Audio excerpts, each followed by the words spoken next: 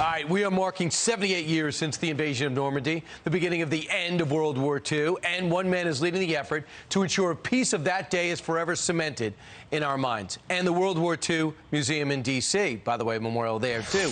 That's where our next guest joins us now, Chris Long of D-Day Prayer Group and the Ohio Christian Alliance. Okay, thanks for joining me, Chris. First off, what did you decide in 2011 to do? You know, I woke up one morning and I said to my wife, I've got an idea about adding FDR's D-Day prayer at the World War II Memorial. I said, I don't know what I'm doing, but I'm going to ask Congressman Bill Johnson of Ohio's 6th District to offer the legislation.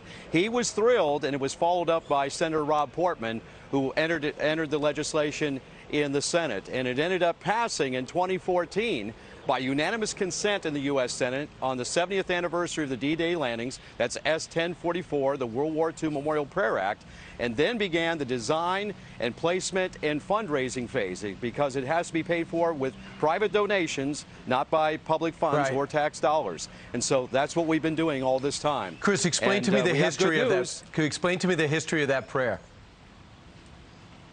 Oh, well, you know, this is the prayer that FDR prayed on the morning of the D-Day landings. Actually, that evening at 9:57 p.m., he went to the airwaves and he asked the nation to join with him in prayer. So we were D-Day +1 in Europe, and he references that last night when I came to you about the fall of Rome, I knew at that moment that even a greater operation was underway, and it has met with success thus far, and I ask you that you join with me in prayer as they have crossed the channel. Now, he didn't say where. He didn't mention Normandy, because Hitler was still of the belief that the main force was going to land at Pas-de-Calais, and that was, of course, the ruse, because General Patton and the fictitious divisions they put around him in England, the Germans thought that he was going to lead the invasion, but obviously Operation Overlord was unfolding on the beaches and in the landings of Normandy in France, and that's why the president asked us to join with him in prayer. It's a wonderful prayer, 525 words that will be added here. All right, so Chris, here's an excerpt from it. It says, "Why thy blessing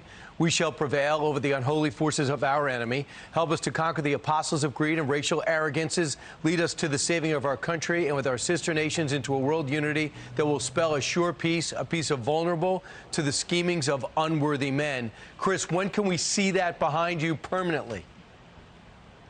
That's right. Behind me is the temporary prayer plaque that we dedicated 3 years ago as kind of a placeholder, as the Circle Remembrance here is due for a major upgrade. Working with the Friends of the World War II Memorial and the U.S. Park Service, the prayer will begin construction next month in July, and then it will be completed in early December, is what the contractor is saying. So the major announcement is construction will begin next month, and we're very delighted about that. And it's all because you decided to do something about it, and you even said at one point to your wife, I don't know what I'm doing, but I'm going to do it, and you did it.